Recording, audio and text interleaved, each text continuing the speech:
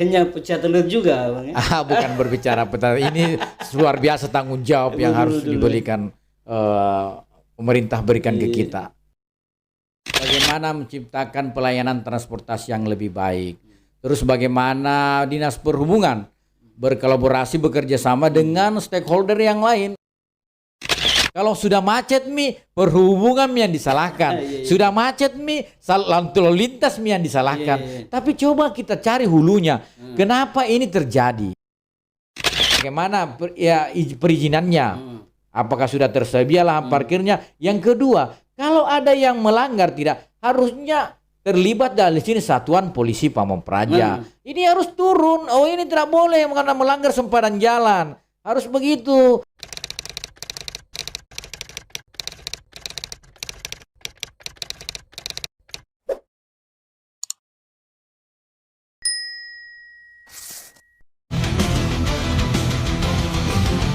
Selamat bergabung di obrolan hangat para pandita. Persembahan Bulukumba TV. Di sini, kita percaya inspirasi tidak punya batas, karena pelajaran bisa datang dari mana saja. Dari kisah kecil, perjalanan panjang, bahkan dari obrolan sederhana. Banyak yang merasa hebat namun enggan berbagi, tapi tamu kita kali ini berbeda. Ia hadir untuk menyalakan semangat lewat cerita nyata yang penuh makna. Mari kita sambut bersama. Assalamualaikum warahmatullahi wabarakatuh. Guys, di balik ramainya jalanan Bulukumba ada masalah yang tidak pernah diselesaikan. Parkir tak berisi seperti dibiarkan. Kebocoran restribusi terus jadi isu, dan kini konflik trayek bus dan travel meledak di ruang publik. Pertanyaannya, ini sekedar ketidaktertiban atau ada sistem yang memang sengaja tidak dibereskan? Hari ini kita tidak datang untuk basa-basi. Kita ingin jawaban yang jujur, terbuka, dan bertanggung jawab dari kepala dinas yang baru. Apakah ini akan dibenahi atau justru dipertahankan? Bapak Idam Halik Daeng Petunder. Selamat datang di podcast ini. Di sini gagasan diuji, pengalaman dipertanggungjawabkan, dan integritas terlihat apa adanya. Hebat bukan soal klaim, hebat ketika berani membuka diri, diuji oleh pertanyaan, dan tetap tegak dengan argumen. Jika takut berbagi, mungkin yang besar bukan kapasitasnya, melainkan egonya. Assalamualaikum warahmatullahi wabarakatuh. Waalaikumsalam warahmatullahi wabarakatuh, Pak Senal. Ya. Selamat datang di studio Bulukumba TV. Dan pertama, Bang, saya mengucapkan selamat dulu. Ya. Sebagai Kepala Dinas Perhubungan setelah dilantik kemarin oleh Bapak Bupati Bulukumba, Bapak Andi Muhtar Ali Yusuf. Ya, terima kasih atas ucapan selamat dan doanya. Ya, sekitar bulan 12 sampai sekarang menjabat sebagai PLT, dan alhamdulillah kemarin Pak Bupati mengamanahkan kita, pemerintah daerah Bulukumba mengamanahkan kita untuk menjadi definitif menjadi Kepala Dinas Perhubungan.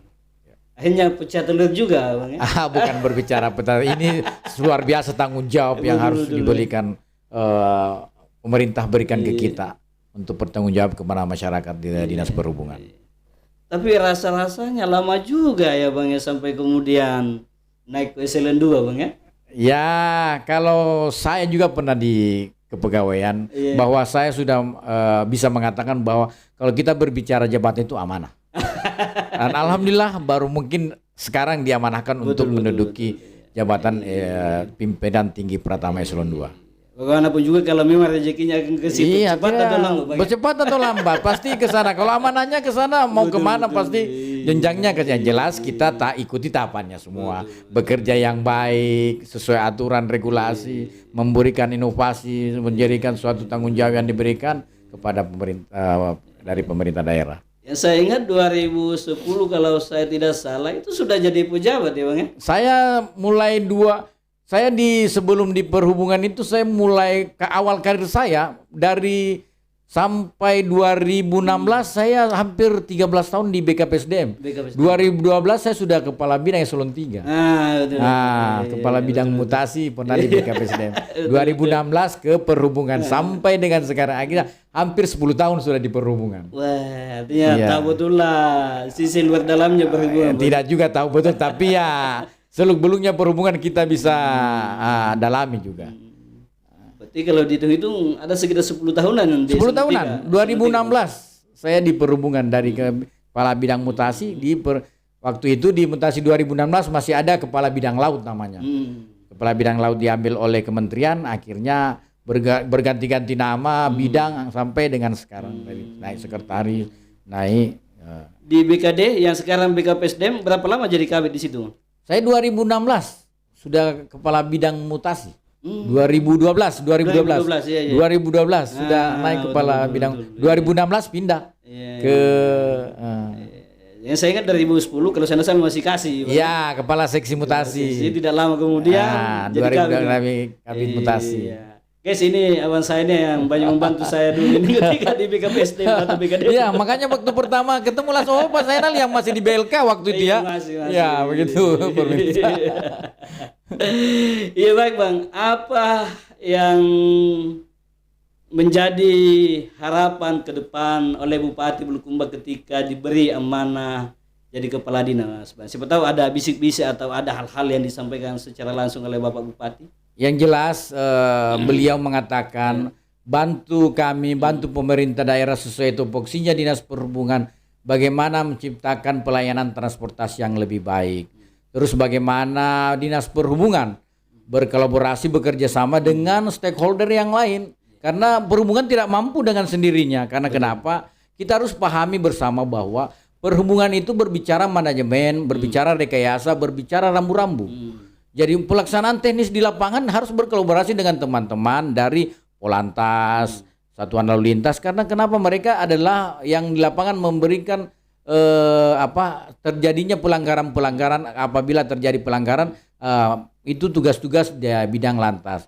Kami manajemennya. Jadi tidak bisa perhubungan sendiri turun langsung untuk menertibkan arus lalu lintas, mengenai manajemen lalu lintas, berbicara rekayasa lalu lintas, maupun menciptakan transportasi, pelayanan transportasi kepada masyarakat yang lebih baik. Ya. Berarti komplit persoalan di situ, banyak persoalan. Banyak persoalan. Jadi begini, itu orang yang selalu mengatakan hanya jalan-jalan, tidak. Di perhubungan itu apalagi sekarang ada lagi kewenangan yang diberikan adalah misalkan sarana prasarana perlengkapan jalan. Apa itu? PJU, penerangan jalan umum. Itu juga masuk di perhubungan. Tanggung jawab perhubungan juga. Dengan berbagai macam memberikan pelayanan dengan berbagai macam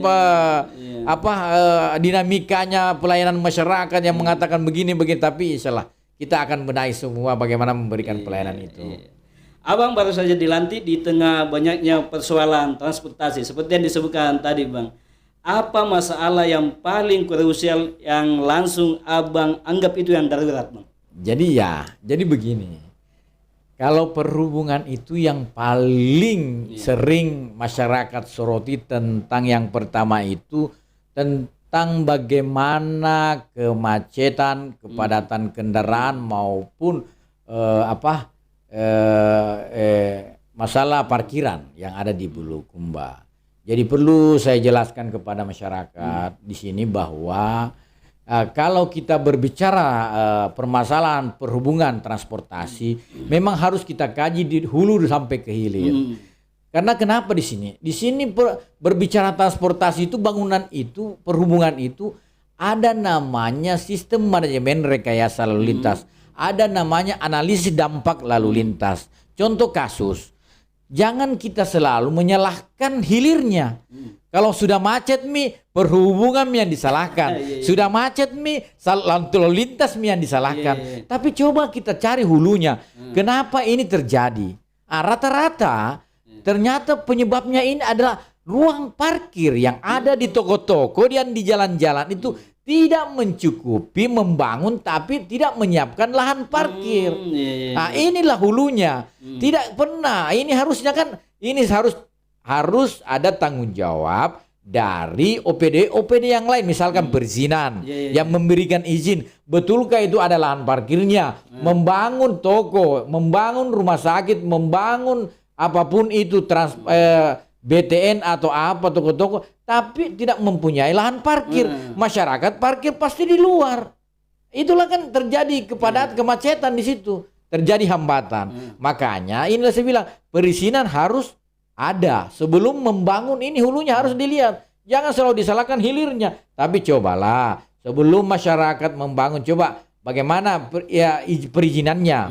Apakah sudah tersedia lahan parkirnya? Yang kedua, kalau ada yang melanggar tidak harusnya terlibat dari sini satuan polisi Pamong Praja. Ini harus turun. Oh, ini tidak boleh karena melanggar sempadan jalan. Harus begitu. Nah, kan tidak layak kelihatan. Sudah terbangun sesuatu, kita mau membongkar mengapa, itu kan kasihan juga masyarakat. Makanya inilah kalau kita mau sama-sama memperbaiki semua ini harus kerja-kerja bersama. Nah, sejauh ini yang terlihat komunikasi atau kerjasama lintas sektoral seperti yang disebutkan tadi, ada perizinan, kemudian ada Satpol PP, terjalin tidak itu? Artinya sejak saya ada di perhubungan, saya menginisiasi dengan adanya penegakan, dengan adanya analisis dampak lalu lintas. Makanya itu sekarang terkoneksi. Dulu kan kita tidak tahu apa itu analisis dampak. Yang ditahu oleh masyarakat itu hanya AMDAL. Nggak pernah dia melakukan analisis dampak lalu lintas. Nah, sekarang itu sebenarnya ada itu. Itulah yang kami tegakkan, berkoordinasi dengan teman-teman lingkungan hidup, berkoordinasi dengan teman-teman PU yang ada sekarang bukan IMB lagi, ada apa namanya pengganti IMB ini, apa namanya ya, saya lupa juga namanya. Ya, ada pengganti. Itu semua harus terkoneksi sebelum membangun, apalagi membangun suatu bangunan. Apa gitu ya, pengganti IMB nomor ada induk berusaha apa ya, termasuk nomor induk berusaha yang ada di perizinan. Kan di analisis dampak lalu lintas orang kan selalu mengatakan bahwa kayaknya mempersulit, dan tidak. Jadi kalau di dalam analisis dampak lalu lintas itu tergantung bangkitannya. Ada bangkitan tinggi, bangkitan sedang, maupun bangkitan rendah. Kalau bangkitan tinggi kajiannya lebih banyak, bangkitan rendah itu sama dengan UKL UPL, atau kalau tidak masuk UKL ada namanya SPPL, sama begitu. Bang, sebelum masuk atau sebelum jadi eselon 2 ini kan prosesnya panjang, Bang, ya. Kita kembali ke situ. Nah, mungkin sudah ada di pikirannya, Bang, apa yang mesti dilakukan ketika misalnya sudah diamanahkan untuk jadi kepala dinas paling tidak untuk 100 hari ini. Karena kan bahasa yang umum itu ketika ada pejabat baru selalu ada 100 hari pertama. Apa yang mesti diselesaikan di dalam perhubungan sendiri, Bang? Ya, kalau kami sebenarnya mau 10 hari, 100 hari, 200 hari, yang jelas kami akan kerja. Oh, begitu. Tidak ada, pokoknya saya sepanjang diberi amanah menjadi PLT, kami selalu mengatakan kepada teman-teman sesuai arahan pimpinan, berikan inovasi yang terbaik buat OPD yang dimana kita diamanahkan.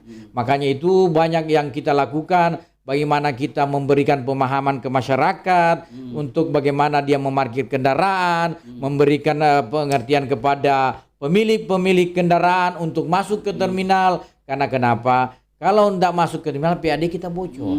Makanya kami bekerja sama dengan Satlantas selaku penindak, memberikan pemahaman kepada masyarakat, pemilik kendaraan untuk memarkir dan memasukkan kendaraannya di terminal selaku tugasnya menaikkan dan menurunkan penumpang begitu. Sebelum masuk di PAD yang bocor yang sempat disinggung tadi, Bang, apa masalah krusial yang didapati baik ketika masih menjadi PLT Kadis maupun saat definitif saat ini, Bang? Ya, jadi memang kalau kita lihat kondisi sekarang di dalam terminal itu, memang kalau kita berbicara sudah agak menurun. Angkot kan, kalau kita terminal kami kan ada terminal tipe C. Di Dinas Perhubungan ini ada terminal tipe C, yang dimana kalau kita berbicara kewenangannya adalah untuk angkot dan andes, angkutan desa itu berbicara kewenangan. Nah, di sini saya lihat memang dengan banyaknya angkutan-angkutan yang baru seperti ojol, seperti ojek. Nah, itu sekarang kayaknya memang betul-betul angkot dan andes ini sudah akan hilang. Iya, betul. Makanya dengan itulah agak kondisi pendapatan asli daerah dalam sisi terminal itu agak menurun. Makanya kita berupaya bagaimana mendatangkan salah satu upaya kita supaya ramai ini terminal adalah salah satunya, yaitu bahwa kalau ada misalkan akap atau apapun namanya yang bisa kita masukkan ke dalam terminal supaya terputar perekonomian di dalam hingga bisa menciptakan pendapatan asli daerah kembali. Nah sekarang itu sudah mulai masuk Bang ya? Sudah, kemarin sudah kita mulai, belum masuk tapi sudah agak ribut. Sebenarnya itu kan kita masukkan akap, bukan apa-apanya, bahwa daripada mereka di luar menurunkan menaikkan punah, kenapa kita masukkan di dalam di terminal? Yang satu keamanan masyarakat. Itulah tugas-tugas fungsi pemerintah, memberikan pelayanan kepada masyarakat, memberikan kenyamanan transportasi kepada masyarakat, memberikan pilihan kepada masyarakat, mau pilihan yang bagaimana, mau yang bisnis kah, mau yang ekonomi kah, mau yang eksekutif, silakan masyarakat memilih transportasi yang mana mereka nikmati. Gitu. Nah terkait dengan akap tadi itu Bang yang belum masuk di terminal, itu mungkin berpotensi terjadinya kebocoran PAD ya Bang ya? Ya, bukan kebocoran, artinya kami berupaya bagaimana mereka masuk juga, sehingga kalau masuk kan pasti mereka memberi pendapatan asli daerah ke pemerintah daerah. Nah sejauh ini tidak nggak ada karena mereka di luar. Belum lagi ya itu kami kenapa ada akap itu yang atau AKDP yang harus masuk ke dalam terminal. Nggak boleh kita melarang, dan kewenangan itu kan bukan kita yang melarang, yang memberikan izin untuk akap itu kan kementerian, bukan daerah. Dan itu mungkin yang tidak terpahamkan sampai kemudian masih saja berada di luar. Bukan, maksudnya makanya itu kita mau masukkan, tapi ada teman-teman yang belum menganggap bahwa akap ini menjadi saingan. Menjadi saingan travel katanya travel, saya tidak tahu ya travel, tapi kan kami berupaya bahwa ayo kita sharing bagaimana supaya semua bisa masuk. Bagaimana daripada yang travel yang katakan travel ini yang tidak jelas perininannya, yang kita berbicara keselamatan kan sangat bahaya. Karena mobil pribadi yang dijadikan penumpang dicampur lagi dicampur lagi dari mobil barang dengan orang dikasih satu, belum lagi berbicara tarif, tidak ada kejelasan tarif karena yang menentukan tarif mereka sendiri. Nah kalau akap ini kan jelas dan tidak mengganggu karena kenapa? Mereka ke terminal. Setelah dari terminal ini kan bisa dilanjutkan oleh andes atau akap atau mobil berkembang lagi, mereka bisa mengantar sampai ke kecamatan karena akap ini bus ini tidak masuk sampai ke kecamatan dengan sampai di terminal saja. Gitu. Dan itu 9.000 kemarin Bang. Iya, sempatlah adik-adik dari sebelum masuk ke situ Bang. Isu parkir liar ini kan juga jadi masalah juga Bang ya, termasuk adanya kebocoran retribusi ini menjadi sorotan di kalangan masyarakat. Nah, bagaimana untuk menyikapi hal-hal yang seperti itu Bang?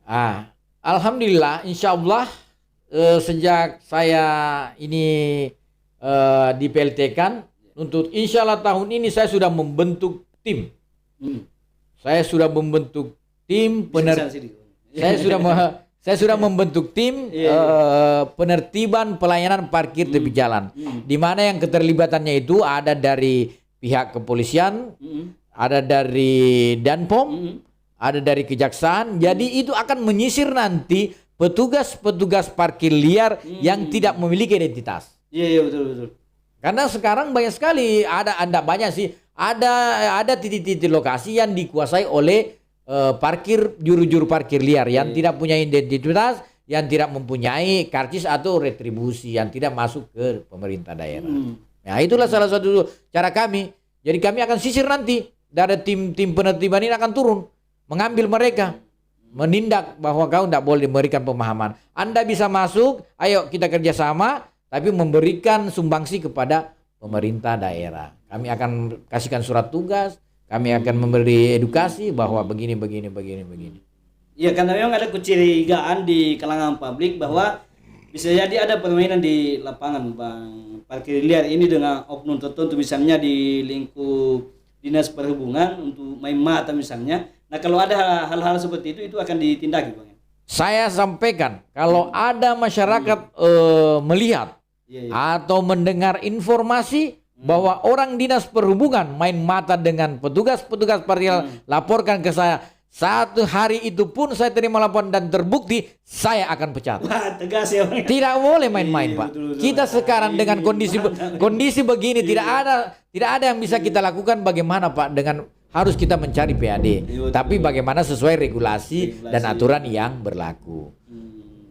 Nah, untuk menyikapi hal-hal seperti itu, apakah sejauh ini pernah dilakukan tidak uji petik bahwa memang pada akhirnya ada temuan bahwa ada misalnya kebocoran PAD itu? Nah, kalau uji petik ini sudah kita lakukan. Mulai tanggal 1 April kemarin sampai tanggal 7 kemarin, saya lakukan uji petik di Pasar Cekeng. Jadi semua petugas selama dan hasilnya alhamdulillah ada peningkatan. Ada peningkatan dari yang kemarin. Karena kenapa? Itu kan tergantung pengunjung semua. Bergantung pengunjung. Artinya ada peningkatan. Jadi petugas-petugas selama kita berikan petugas baru.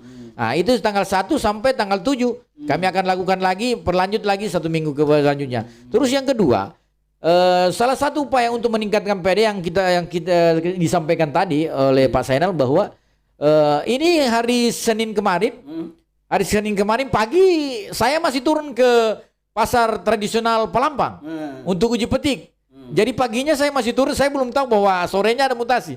Jadi paginya saya turun masih uji petik di Palampang dan akan berlanjut di seluruh pasar-pasar di wilayah Kabupaten Bulukumba. Hari Kamis mungkin kami akan turun di Kecamatan Bulukumba, Pasar Tanete, dan hari Minggu di uji petiknya di Kecamatan Riloala di Pasar Tradisional Bontomanai, dan akan menyusur semua semua titik-titik lokasi pelayanan parkir tepi jalan yang ada di pasar-pasar.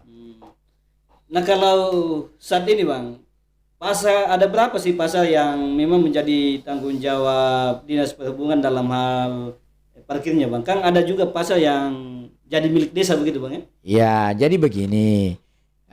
Kalau kami kerjasama memang bahwa kalau berbicara perhubungan itu yang menjadi kewenangannya adalah di pelayanan parkir tepi jalan. Jadi yang di tepi jalan itu perhubungan.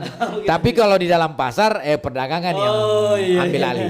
Jadi begitu aja. Jadi kami ada namanya retribusi pelayanan parkir tepi jalan. Jadi saya sampaikan kepada teman-teman petugas parkir, kalau kita berbicara retribusi pelayanan parkir tepi jalan, berikanlah dulu pelayanan. Jangan dulu langsung kau ambil uangnya. Berikan pelayanan dalam artian memberikan pelayanan. Bantu mereka. Coba misalkan ada kantongannya, bantu ambil kantongannya setelah dari pasar, atau kalau tidak kau yang bantu parkir kendaraannya. Itu namanya memberikan pelayanan. Setelah memberikan pelayanan, insya Allah itu pasti mereka dengan ikhlas memberikan retribusi tersebut.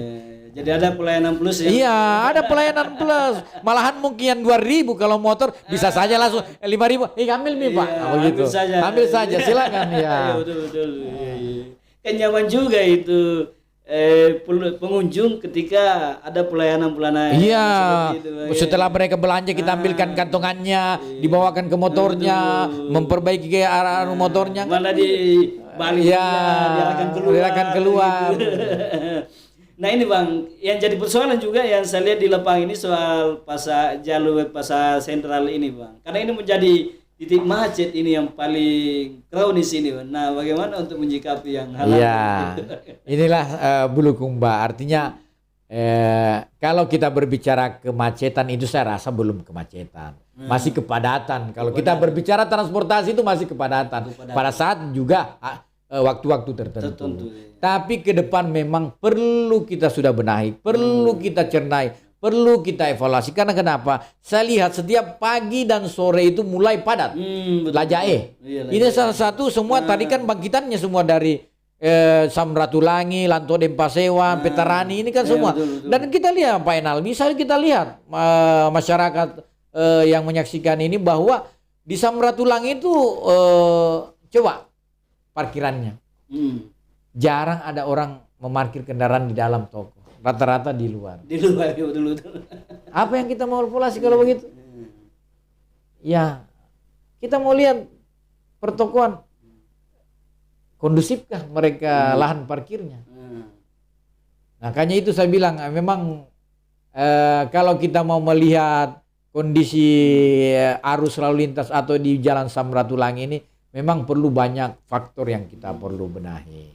Nah sejauh ini sudah ada solusi-solusi yang mengarah pada solusi permanen, Bang, agar tidak terjadi lagi hal-hal yang seperti itu, kemacetan di siang, di pagi hari, di sore hari misalnya, atau di momen-momen tertentu. Kami sebenarnya sudah melakukan manajemen rekayasanya dengan memberikan rambu-rambu lalu lintas. Ada beberapa tempat yang kami pasangi rambu dilarang parkir, malahan di depan pasar itu dilarang stop. Sudah ada. Cuman kan ya kami tidak punya kewenangan untuk memberikan tindakan. Yang memberikan itu? Yang memberikan tindakan ada di kepolisian, Satuan Lalu Lintas. Jadi manajemennya kita pasang parkir, jadi makanya kita harus kerjasama. Dan yang paling utama sebenarnya satu, Final. Bagaimana masyarakat, ayo masyarakat patuhi aturan lalu lintas. Ayo berbicara, kita memberikan keselamatan, memberikan keselamatan buat diri kita ataupun ke masyarakat. Masih banyak, sebentar lah kita di ujung saya mau sampaikan ke. Betul, ya.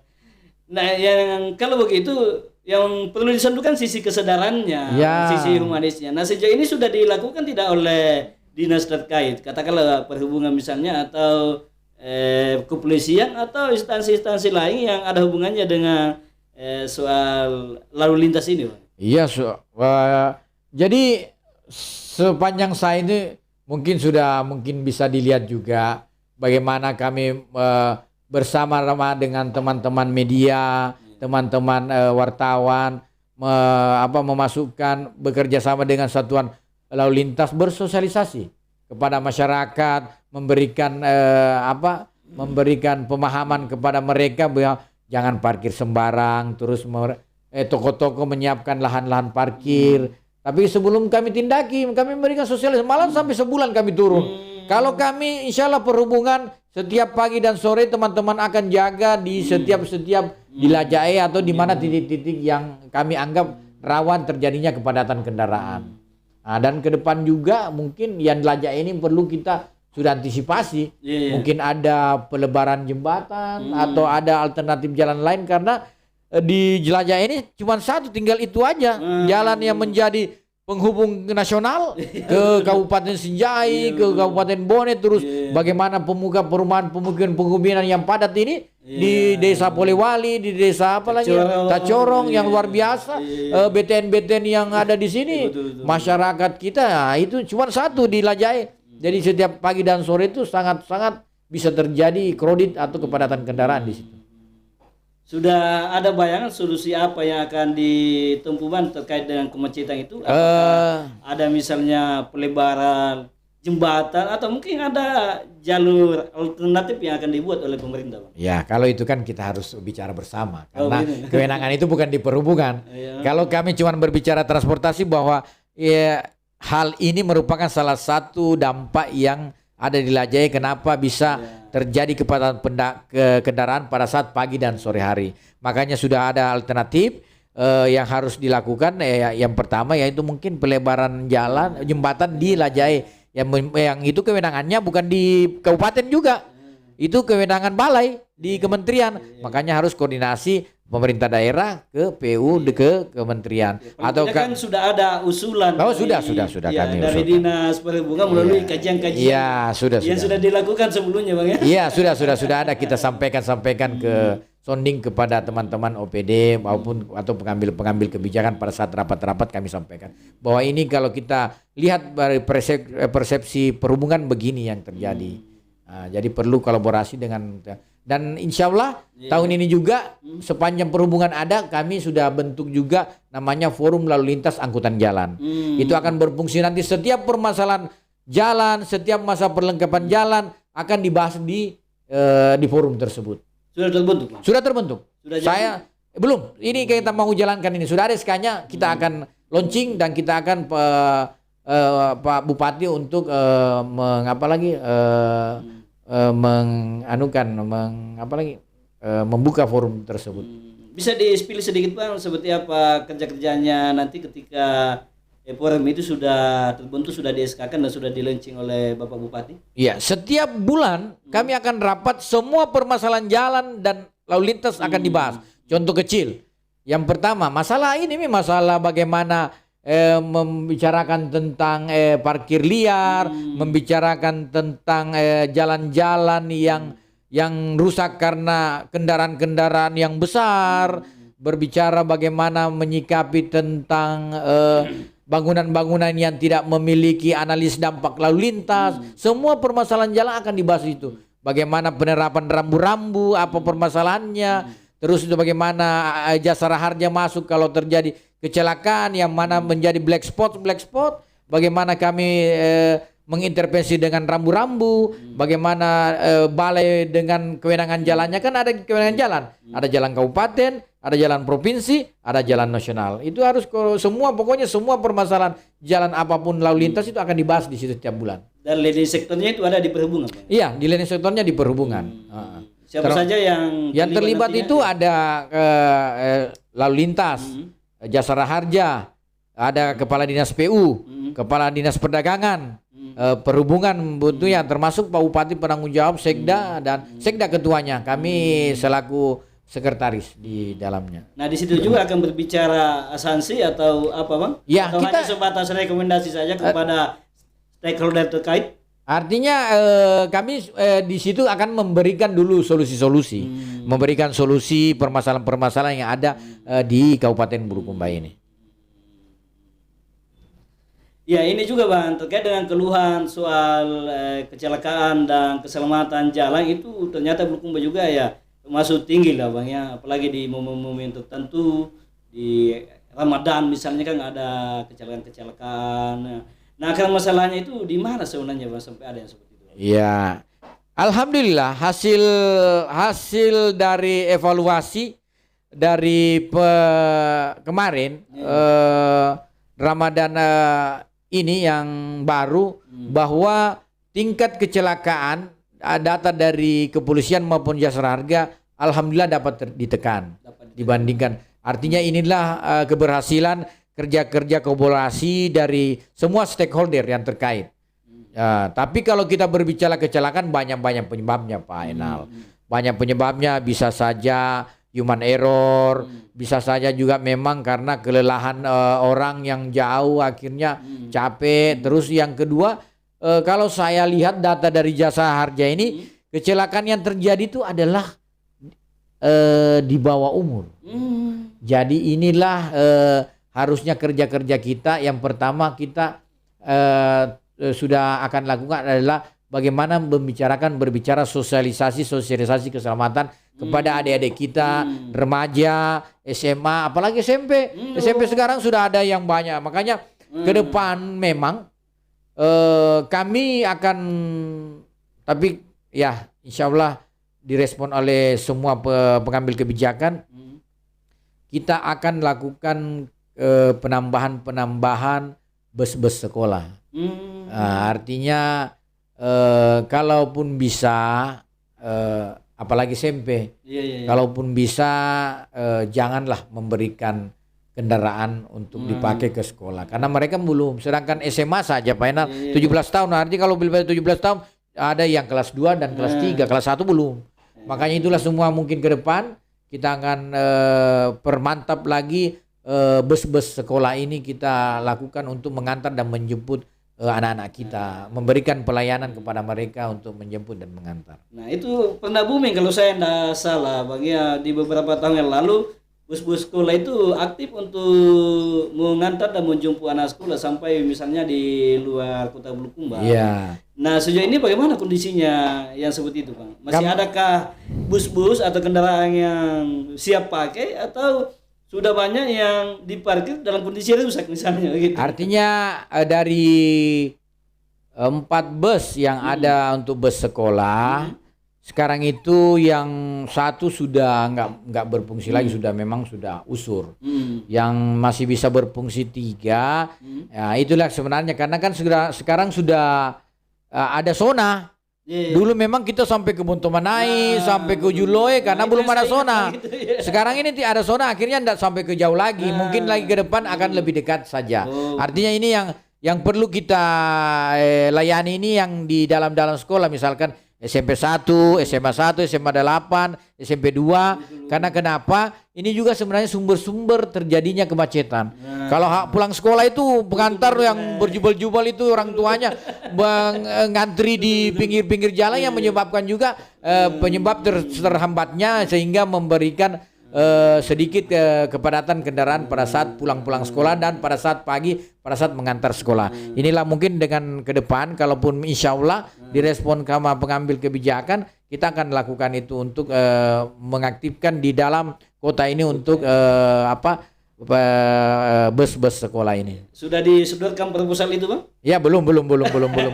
Ini kan kita kaji dulu karena harus kerjasama dengan sekolah. Di mana sekolah itu harus memberikan kami data dari murid-murid yang ada di tempat tinggalnya supaya kita petakan nanti di mana terminal-terminal yang mereka tempati nanti berkumpul. Nah, disitulah kita turun. Nah, di sini menaikkan dan menurunkan anak-anak sekolah kita, baik itu di daerah mungkin ya contoh ini masih awang-awang, mungkin di atasnya Polres untuk yang ke arah sana, terus yang di arah Kalumeme, ada yang di arah ke Bontomacina, ada yang dari Bantaeng. Nah, itu yang di mana supaya di situ ada tempat titik kumpulnya.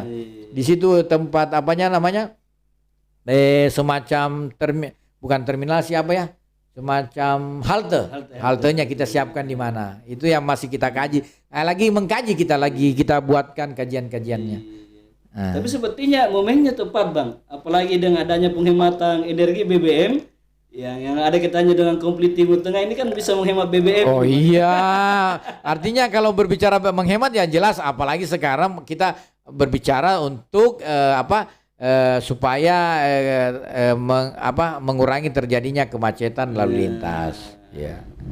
Saya malah berharap, Bang, bukan cuma anak sekolah, di level ASN juga bisa seperti itu. Oh, bisa. Ya, ada shuttle ASN lah begitu, bus antar jemputnya begitu ya. Iya. Nah, kan ini kantor sudah mulai terpusat di 2 titik, ada Amatoa, ada di finish gitu ya. Jadi mudah untuk distribusinya gitu. Iya, sangat bagus sekali. Saya sepakat itu Pak Enam. Bahwa memang kalau kita sudah berbicara sekarang, sebenarnya ini sudah konsep lama.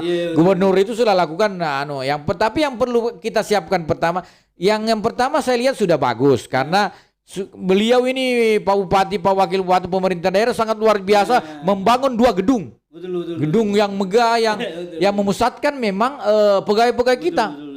Jadi kalau memang momen tepat ini kalau kita berbicara energi BBM ya sangat tepat sekali sebenarnya kita menciptakan suatu layanan bagaimana ada bus ASN, bus karyawan, bus apalah namanya. Jadi mereka itu siap mengantar menjemput ya. Satu lagi sama bahwa yang pertama kita harus siapkan sarana prasaranaannya. Bus berapa yang kita siapkan? Karena ini belum ada busnya. Terus yang kedua, apakah siap BBM-nya untuk mengantar menjemput? Begitu. Dan saya sepakat sekali itu. Saya setuju itu ada. Cuman itu yang perlu kita siapkan dulu masalah sarana prasarananya, armadanya. Ya.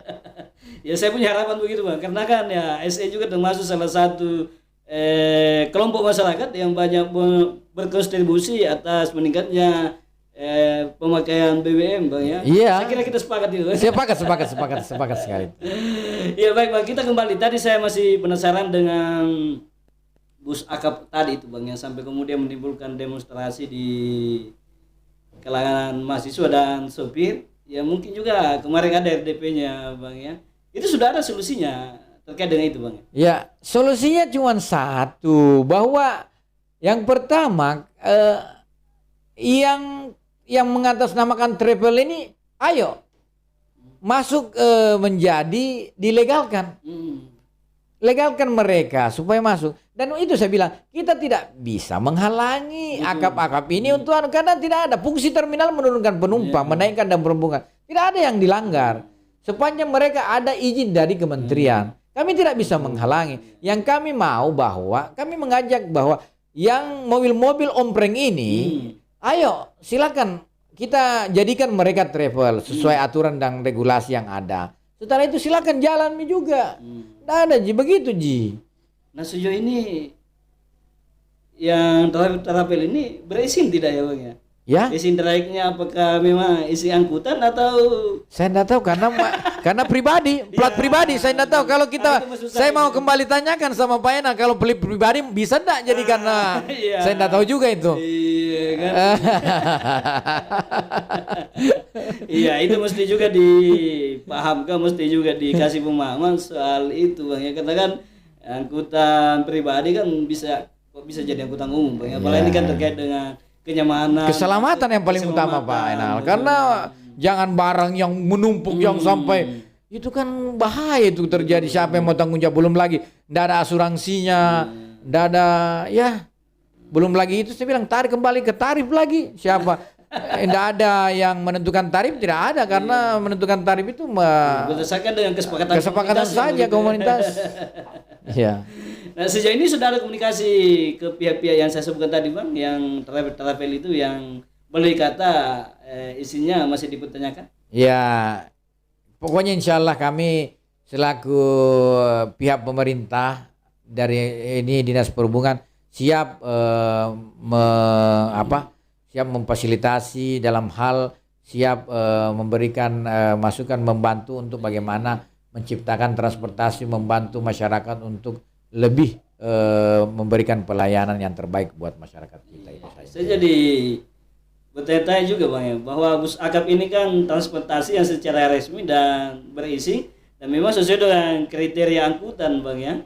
Tapi kok yang legal justru ditolak Bang ya, sementara yang boleh kata ilegal dalam tanda kutip itu terkesan dibiarkan begitu. Saya tidak tahu juga.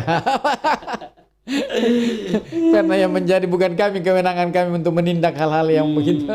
Itu di provinsi Bang ya atau di pusat malah? Kalau berbicara akap atau izin-izinnya itu travel ada di kementerian.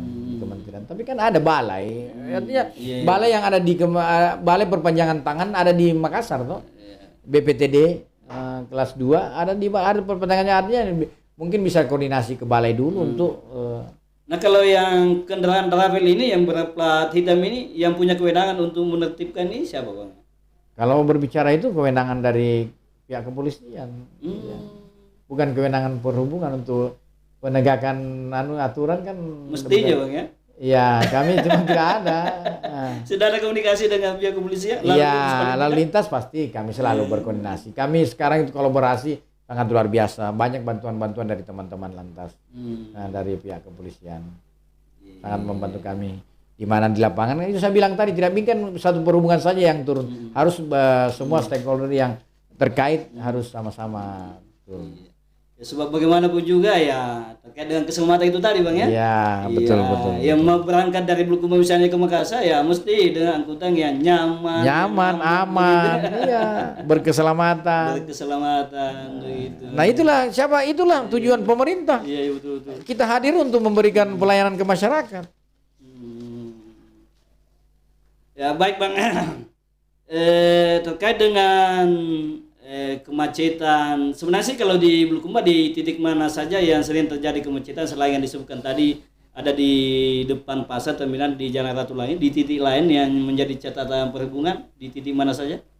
Biasanya yang terjadi hal ke titik-titik kepadatan kendaraan yang ada di Bulukumba itu di Lajae, Samratulangi, Pangeran Petarani, Lanto, terus di Teko pada saat Jumatan, terus titik-titik tertentu pada saat pulang-pulang sekolah, depan-depan sekolah, maupun di Jalan Matahari ada beberapa titik. Tapi kepadatan itu bukan bilang kemacetan, masih bisa kita atasi dengan turun penempatan teman untuk mengurai. Tapi itu sudah menandakan bahwa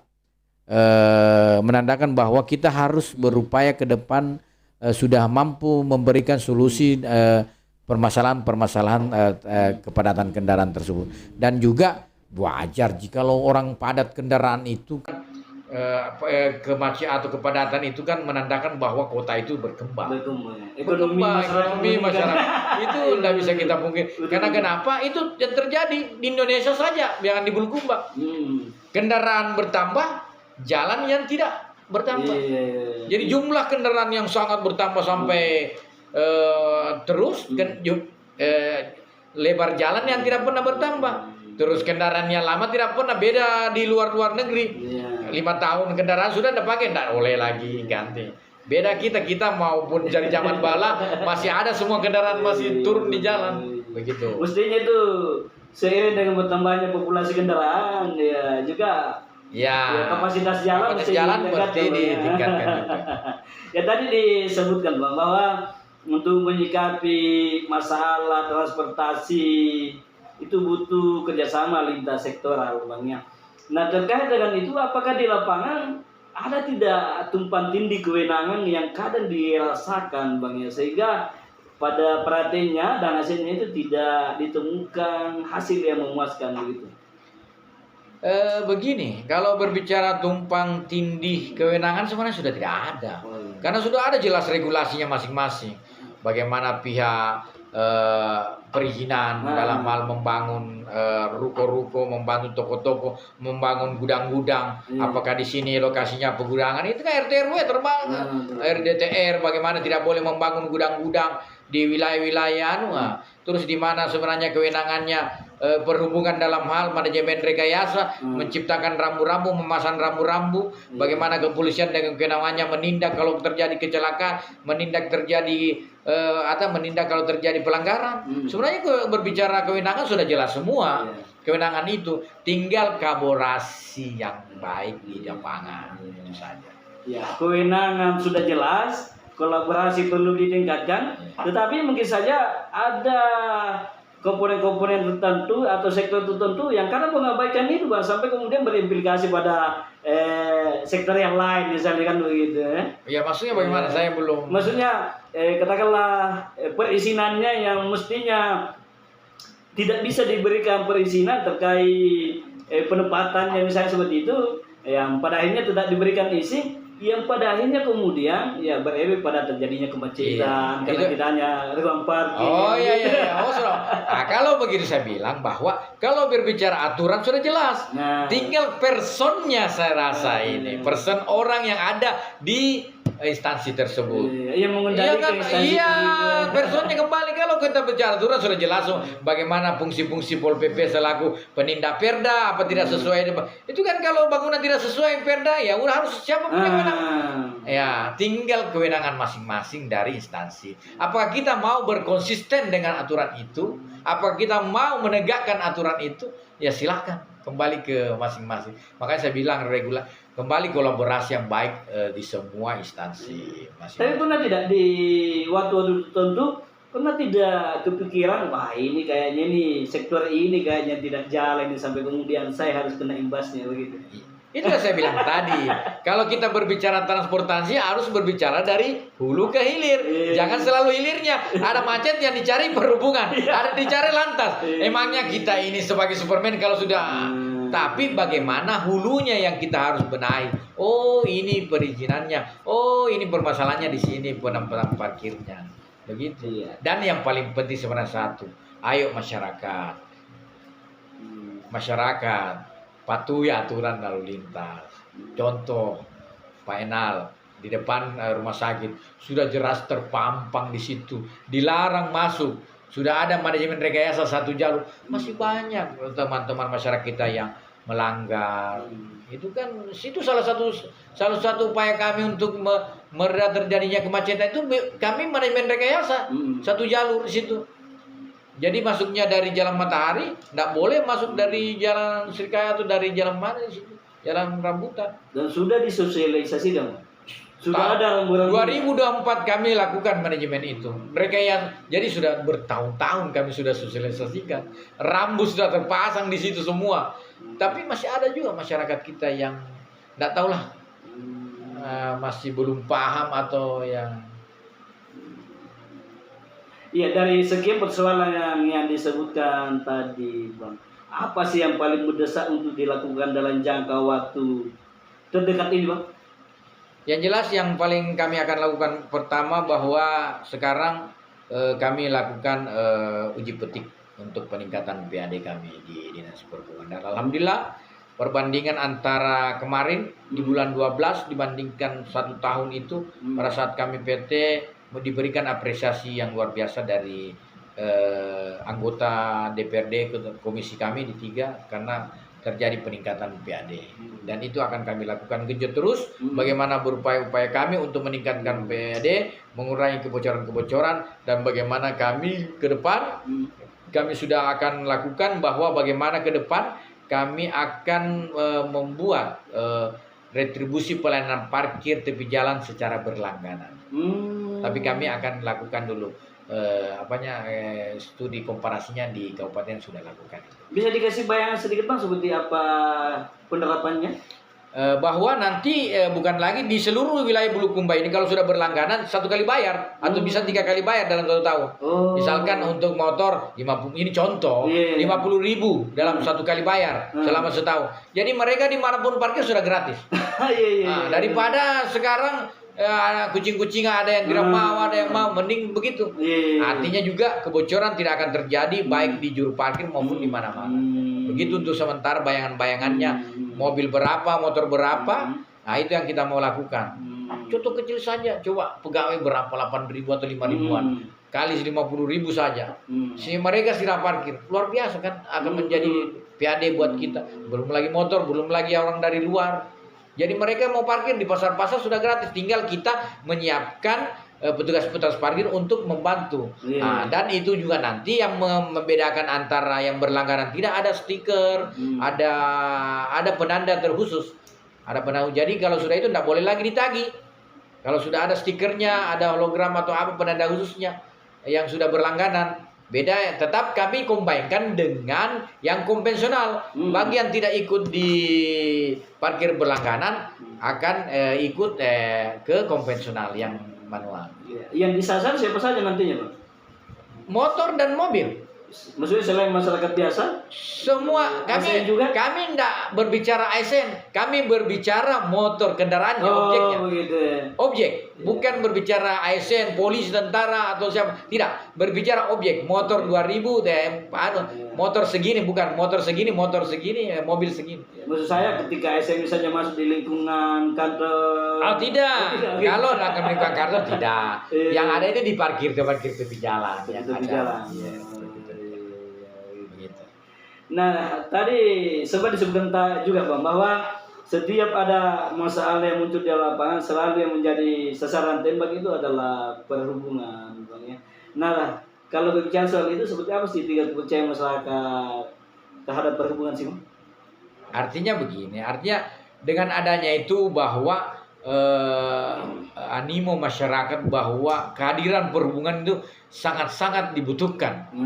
Sangat-sangat dibutuhkan. Makanya kami untuk sementara waktu karena kami ini kerja-kerja lapangan, makanya saya sampaikan bahwa ayo turun kita ke lapangan, kalian membantu masyarakat kita. Kalau terjadi kematian kami kita urai. Tapi itu sebenarnya bukan solusi paling tepatnya. Tapi bagaimana sebenarnya kita harus mengkaji lagi lebih banyak. Yang jelas upaya kami bahwa untuk yang pertama adalah kami turun ke lapangan kepada teman-teman lalu lintas, teman-teman LLAJ, Cakra maupun Sirkandi kami. Baik, Bang, kita masuk di sisi terakhir dalam diskusi kita karena waktu juga ternyata sudah mau maghrib ini. Tetapi saya masih penasaran, Bang, masih ada hal-hal tadi yang mau disampaikan yang mungkin bisa dibongkar di tempat ini, silahkan, Bang. Ya, yang terakhir saya cuma menyampaikan kepada masyarakat, pada semua khususnya masyarakat Bulukumba, yang pertama patuhi aturan lalu lintas, yang kedua jaga keselamatan, yang ketiga mari kita sama-sama memberikan masukan. Kami tidak alergi terhadap kritik-kritik, yang jelas kami cuma berprinsip sesuai apa yang disampaikan beliau, pemerintahan harapan baru, dikerja bukan dicerita. Iya, dikerja bukan dicerita. Tapi ada hal kemarin, Bang, yang disampaikan oleh Bapak Bupati ketika pelantikan bahwa ketika tidak siap menjalankan amanah yang diberikan dalam kurang beberapa waktu ke depan kalau saya tidak salah 3 bulan ya Bang ya, itu diminta untuk mundur. Nah untuk menyikapi itu bagaimana tanggapannya Bang? Oh iya harus. Mau 3 bulan, 2 bulan saya kalau tidak mampu ya harus dievaluasi. Iya. Dan kami itulah konsekuensinya. Seorang pejabat memang harus memberikan sesuatu yang terbaik buat pemerintah daerah. Makanya semua bukan kerja kami. Semua siapapun yang diberikan amanah untuk melaksanakan sesuai tugas pokok dan fungsinya harus melaksanakan itu. Karena kita mempunyai fakta integritas, tanda tangan fakta integritas yang harus kita lakukan itu. Makanya memang kita ini bukan lagi selaku memberikan, kita harus menganggap kita bahwa kita sebagai pelayan masyarakat. Itu yang saya dan siap mewujudkan harapan Pak Bupati. Siap sekali. Dan ketika itu tidak terwujud, siap juga untuk melepas siap. Karena itu tanggung jawab kita. Siap. Tidak boleh tidak. Harus siap. Nah, sudah disampaikan ke bawahan bahwa seperti ini harapan Pak Bupati. Memang harapan Pak Bupati memang begitu. Dan ini yang mesti Anda lakukan sampai ke bawahannya begitu. Sudah, kami lakukan bahwa sekarang beliau mengatakan ciptakan kondisi kantor yang kondisinya yang baik, kerjasama yang baik, ciptakan kolaborasi yang baik. Jadi kalau Anda yang tidak mau berkolaborasi ya mohon maaf. Iya betul. Iya, kalau beliau sudah mengatakan ayo berkolaborasi yang baik, ciptakan teamwork yang baik di kantor masing-masing.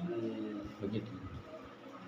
Ya apa yang mesti disampaikan ke masyarakat Bang, bahwa abang saya ini Bapak Idam Halif dan Potun Reu adalah sosok yang memang layak berada di Dinas Perhubungan Kabupaten Bulukumba. Silakan.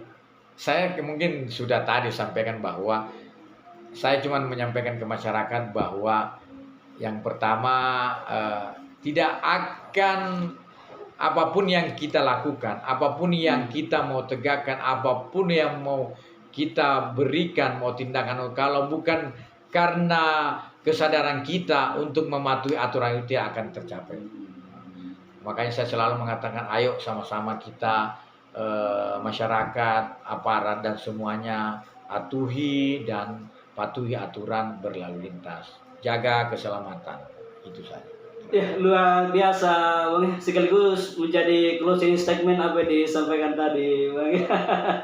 Guys, luar biasa diskusi saya dengan beliau, Bapak Kepala Dinas Perhubungan Kabupaten Bulukumba yang baru saja dilantik kemarin sore, dan alhamdulillah beliau berkenan hadir untuk berdiskusi, untuk menyampaikan apa yang mesti disampaikan kepada masyarakat terkait dengan kerja-kerja Dinas Perhubungan ke depan. Saya berharap bahwa yang dilantik kemarin sudi kiranya juga untuk datang di tempat ini Bang, menyampaikan apa yang mesti disampaikan, visi misinya, programnya dan apapun yang terkait dengan dinasnya. Saya sudah ada jadwal beberapa kadis yang dilantik kemarin, tinggal menyesuaikan dengan waktunya mungkin Bang ya. Dan saya berharap Bang, bukan kali ini saja Abang datang di tempat ini untuk diskusi, saya berharap besok lusa bisa datang lagi untuk diskusi, mungkin saja dengan tema-tema yang ya lain. Kami siap. Karena kenapa saya selalu mengatakan bahwa kami tidak alergi dengan kritik, dengan masukan. Karena kenapa semua itu adalah menjadi penyemangat, menjadi penyemangat kami untuk bekerja lebih baik ke depan. Ini luar biasa guys ya, beliau terbuka mendapatkan kritikan, mendapatkan apapun dari masyarakat yang mungkin saja tidak berkenan di hati, tetapi beliau terbuka untuk itu. Luar biasa sosok beliau.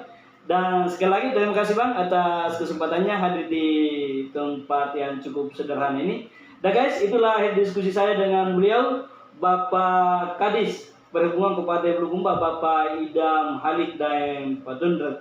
Dan Anda jangan lupa channel ini di subscribe, komen, like, dan di share agar channel ini terus berkembang dan bisa memberikan manfaat buat kita semua. Akhirnya, wabillahi taufiq wal hidayah. Assalamualaikum warahmatullahi wabarakatuh. Waalaikumsalam warahmatullahi wabarakatuh.